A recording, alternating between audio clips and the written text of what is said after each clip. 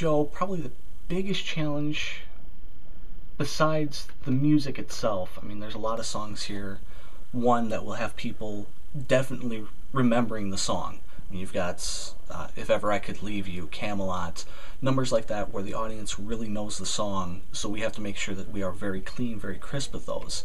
But there's also a whole set of songs that very few people have ever heard.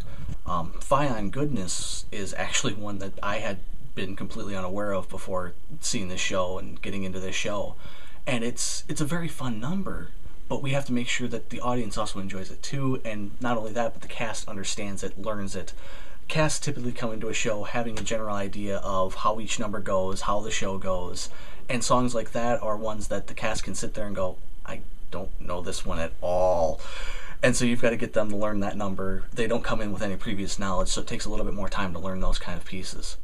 Right now, the biggest three are working with C'est Moi, just because that's an absolutely comedic song for someone that's supposed to be a love interest in the show, which is throwing everything for a loop for what you think of music theater. Hearing Fi on Goodness and seeing exactly what kind of the choreography is going to be with that and really getting a grasp of how everything works with that one is going to be an incredible feat too, and I'm really looking forward to that. Lastly, it'll be the Jousts, which is the first big choral number besides Lusty Month of May. And it really has some challenging aspects to it and really is going to be a workout for the entire group. Not only the orchestra, but the singers on stage, the actors, and it's going to be a fun piece, but it's going to take a little bit of time, and once we get there, it's going to be really rewarding. I mean, the piece itself is pretty standard. There's really only two tempos. One is just a standard march where they're kind of marching out into the field, nothing more than 2 beats a minute, something simple. People can probably cover that pretty well. But then we get into the actual jousting, and there's 3 events of that jousting with the 3 knights versus Lancelot, and each one picks up the piece quite a bit. We're looking at about 3 beats a minute. And if you think of that singing-wise, it's not too bad until you start saying that there's eighth notes in there, in which each pulse now is broken into 2. So each of those eighth notes is 6 pulses per second. So you're looking dun da da da da da da da da da da da da. So it's going to be hard to get all those words out. Worse than that is the music itself. When we get into the jousting, there's going to be a lot of tension, and the lyricist and composer have really found ways to find that tension. One is to have little interjections between the groups, having different groups say things, start things. The hardest part is actually the notes themselves. Everything they sing is built around tritones, which for non-musical people, it's basically a set of notes that is made to sound bad. It's basically originally called the devil's note, because it is literally that bad sounding. And the choir is literally singing tritones all the way across. Add to that, they're following in parallel motion. So they're trying to follow their notes, continue the motion with each other, and not make it sound good for 3 times throughout this piece. But when it's done right, it sounds just absolutely tense, and we just release that tension when we realize, nope, he didn't make it this round, send out the next night. And it's a really fun way to drive into that piece, and I think for a lot of people, both the non-musicians and the musicians, they're really going to enjoy that because it is going to be a fun challenge and really, really rewarding when they get it right. We have a lot of talent, and I mean, we've got a lot of the lead roles of people that really haven't done much theater, or at least not for LCT. Anthony, who was playing Lancelot, hasn't done much theater. He's got a great choral background, has sung quite a bit. He just hasn't done any theater.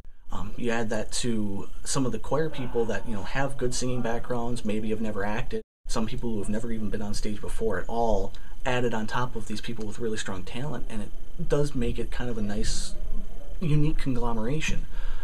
I've always been one that looks at people, and I feel truly that any person can learn how to sing. It's going to take longer for certain people. Some people will catch on to it really quick. Some people have the background and training and have been taught how to do it. But nobody can say that they can't sing. And I've always felt that way. Even if it's someone that says, I'm absolutely tone deaf, I can't do it, give it time. Just keep working on it. Eventually you will get it. And I've already seen in the last week people starting to catch on to rhythms, catch on the melodies. They're finding some of the stronger singers to sit next to, which is incredibly helpful, because now they've got something to key into, they've got something to understand, and it gives them a little bit more confidence, because now they feel like, okay, I hear it, I can start to figure it out when I'm singing with them, I know I'm getting it right. If I'm not, I'll fix it. But there's never a time that they're thinking, you know, I just can't do this, I can't do this. I've always asked, whatever you try it. Continue trying. Don't say you can't, because I can guarantee you that you will get this done.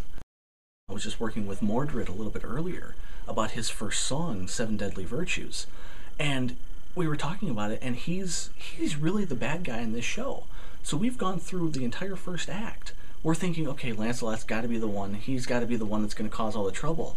And we realize that he's really just kind of as innocent and naive as Arthur is throughout all this.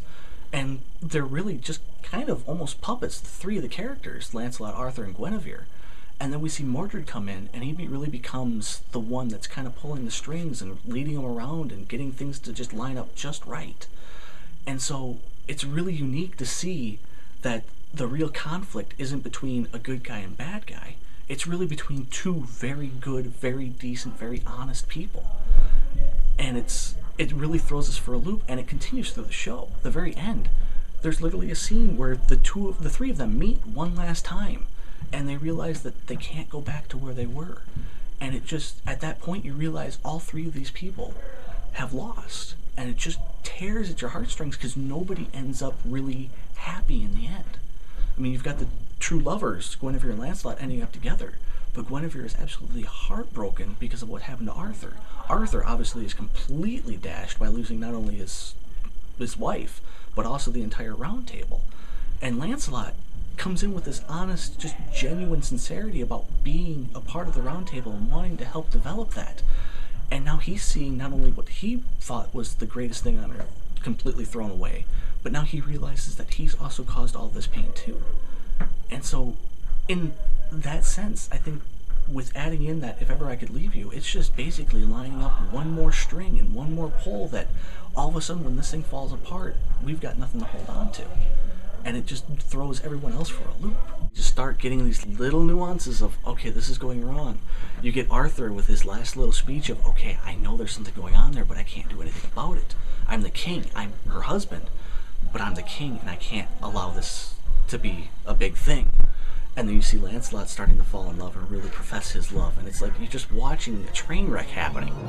And it's amazing, because you don't see a lot of shows that kind of operate under that scheme. A lot of them are very much, you know, good guy, bad guy, give it to you right there and then and be done with it. But there's never a point where you're thinking, God, no, don't, you never root against the bad guys.